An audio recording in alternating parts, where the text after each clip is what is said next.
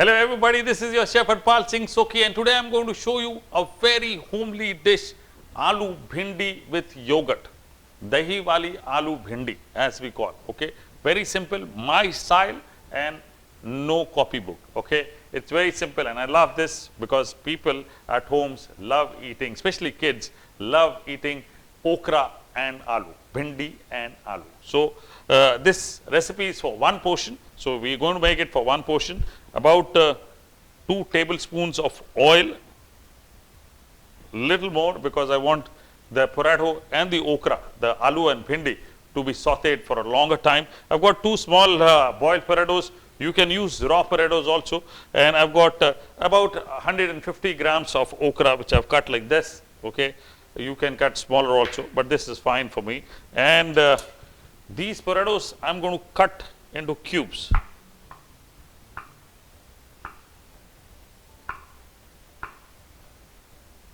There you go, cut into cubes like this. And 1 large onion, again cut into cubes the way you cut the potatoes. And 1 large tomato, again cut into cubes. There you go. My preparation is now ready, and the next step, oil is hot enough. To begin with, Asafoetida, 1/4 teaspoon, quarter of a teaspoon in this oil, half teaspoon mustard seeds, and half teaspoon cumin seeds.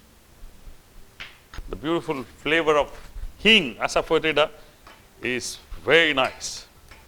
And as the cumin and mustard seeds crackle, what I'm going to do is take some curry leaves, 10-12 of them, 1 teaspoon of green chillies chopped, which should be about 1 green chilli, 1 teaspoon of ginger chopped, 1 teaspoon of garlic chopped. That's about it. Beautiful flavor of curry leaves.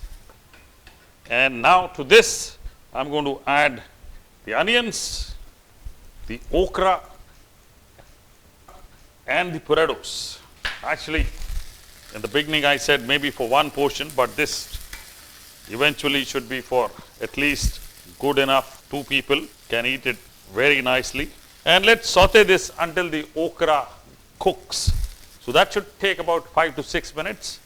Now after about 5-6 minutes, you see the potatoes also get colored very well, the okra also gets cooked, and the onions also get a little bit charred, which is what I like about this whole process. And next step, add some spices, 1/4 teaspoon turmeric powder, half teaspoon red chilli powder, 1 teaspoon coriander powder, and half a teaspoon of garam masala, salt, sing, jump, dance, and do there you go.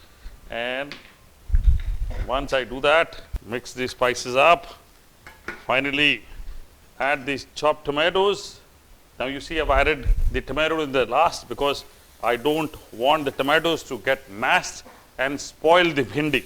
So I just want them to get heated up and little soft. That's it. Nicely done up bhindi. Finally, some freshly chopped coriander. Mix it up. Close the induction.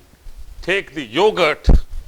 Whisk it up. This step you're going to do in the last, the moment all your guests are sitting on the dining table. If you've made the bhindi up to this stage, you can make it, keep it. Once your guests are sitting or your family is sitting for dinner, you can reheat this up and close the flame and then put the yogurt.